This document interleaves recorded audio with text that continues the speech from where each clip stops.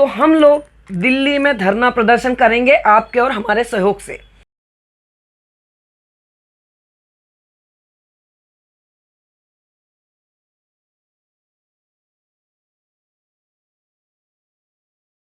EPS 95 MP के YouTube channel में आप सभी का स्वागत है। आपको न्यायालय में जो केस हम लोगों के चल रहे हैं, हम लोग सड़क पे भी लड़ रहे हैं और अदालत में भी लड़ रहे हैं, तो उसके बारे में हमारी राष्ट्रीय सचिव श्रीमती संजना रिछारिया वर्तमान स्थिति का परिचय आप लोगों के सामने रखेंगी। श्रीमती रिछारिया। नमस्कार साथियों, EPS 95 के समस्त कर्मचारियों को संजना रिछारिया का अभिवादन। साथियों, वक्त की गर्दिश का गम न करो, वक्त की गर्दिश का गम न करो, हौसले हमेशा मुश्किलों में पलते हैं।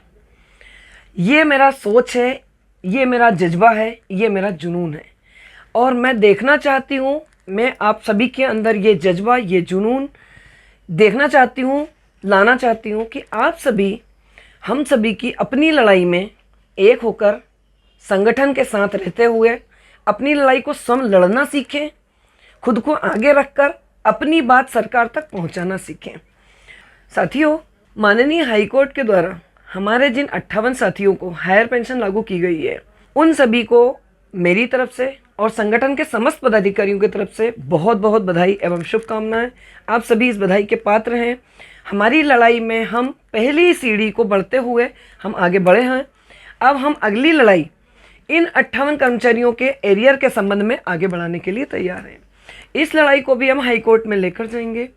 2021 से जो हायर पेंशन रुकी हुई थी, वो एरियर के तौर पर सभी कर्मचारियों को प्राप्त हो, जो उनका अधिकार है, जो उन्हें मिलना चाहिए। इसके लिए मैं एक ही चीज़ बोलना चाहूँगी, मंजिलें उन्हीं को मिलती है जिनके सपनों में जान होती है। मंजिलें उन्हीं को मिलती है जिनके सपनों में जान होती है।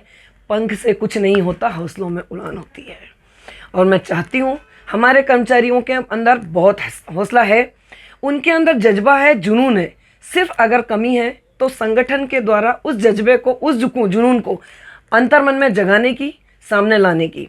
हमारे समस्त पदाधिकारी इस बात के लिए समय समय पर अपने YouTube चैनल के माध्यम से आप सभी को प्रेरित करते हैं, आप सभी को आगे लाने का प्रयास करते हैं, आप सभी को अपनी बात को सरकार तक पहुंचाने का एक मंच देते हैं।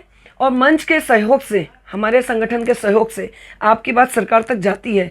उसी का नतीजा है कि हमारे 58 कर्मचारी उस हायर पेंशन को प्राप्त कर चुके हैं, जो आज बधाई के पात्र हैं। द्वितीय श्रेणी में 68 कर्मचारी हमारे हैं जिनके लिए हम प्रयासरत हैं और हमको पता है कि उस संगठन के माध्यम से कामयाबी हमें जरूर प्राप्त होगी। पहली सीढ़ी हमने क्रॉस की है, हम दूसरी भी करेंगे और उसके बाद भी अगर सरकार हमारी बात को मानने के लिए बाध्य नहीं होती है तो दिसंबर 2024 हमारे और सरकार के बीच की वो मध्यम कड़ी है जो इस संघर्ष को, इस संगठन को, कर्मचारियों के अधिकार को ऊपर तक पहुंचाने का पूरा प्रयास कर रही है। हम लोग इस चीज़ के लिए अभी से प्रेरित हैं, हम लोग तैयार हैं, हमारी पूरी तैयारी है। अगर सरकार हमारी बात को नहीं मानती है तो हम लोग दिल्ली में धरना प्रदर्शन करेंगे आपके और हमारे सहयोग से। संगठन आपसे चलता है, हम आपसे चलते हैं। आपकी बात को पहुंचाने का माध्यम संगठन है। संगठन आपके बगैर कुछ नहीं है। आप लोग आगे आएँ। मेरा आप सभी से एक विनम्र अनुरोध हमेशा से रहा है, आज भी मैं आपसे एक विनम्र अनुरोध करना चाहती हूँ कि आप अपने घरों से निकलकर, अपने कार्यालय से निकलकर संगठन का साथ दें, संगठन को सहयोग करें, मानसिक सहयोग करें, आर्थिक सहयोग करें और भावनात्मक रूप से संगठन को सहयोग करते हुए दिल्ली में होने वाले हमारे संगठन के द्वारा किए जाने वाले संघर्ष के लिए प्रेरित होकर वहाँ पर इकट्ठे हों। अपनी एकता का परिचय देते हुए हम अपनी लड़ाई स्वयं अपने लिए लड़ना सीखें, क्योंकि सरकार तभी झुकेगी जब हम अपनी एकता का परिचय देंगे। और मुझे आपसे उम्मीद नहीं पूरा विश्वास है कि इस संगठन को जब आप और हम एक होते हैं तब हम इस लड़ाई को लड़ने का पूरा जज्बा, पूरा जुनून अपने दिमाग में, दिल में और भावनाओं में लेकर आगे बढ़ते हैं। साथियों, एक बात पर और आपका ध्यान आकर्षित करना चाहूँगी। 20 मार्च 2021 को EPFO के द्वारा जिन लोगों को हायर पेंशन अभी तक मिल रही थी उस पर भी प्रतिबंध लगा दिया गया है। सवाल उठता है क्यों? इस क्यों का सवाल उठाने को हम लोग सभी हाई कोर्ट की तरफ फिर बढ़ने वाले हैं ताकि उस हायर पेंशन को फिर से लागू किया जा सके। जिन लोगों को हायर पेंशन मिल रही थी वो उनका अधिकार था, वो उनका हक था, वो उनका पारिवारिक जिम्मेदारी है। अगर ईपीएफओ इस तरीके से स्वर्ण निर्णय लेने के लिए अगर स्वतंत्र है तो हम कर्मचारी भी अपनी लड़ाई लड़ने के लिए स्वतंत्र हैं। इस विषय पर मैं आप सभी से सिर्फ एक चीज़ बोलना चाहूँगी, जब हौसला बना लिया ऊंची उड़ान का, जब हमने हौसला बना लिया है ऊंची उड़ान का, फिर फिजूल है कद देखना आसमान का। इसलिए मैं आपसे चाहूँगी अपने कद को पहचानो, अपनी श्रेष्ठता को पहचानो, अपनी मजबूती को पहचानो, आपके जज्बा और जुनून को पहचानो और आगे आइए आप और हम सब साथ में।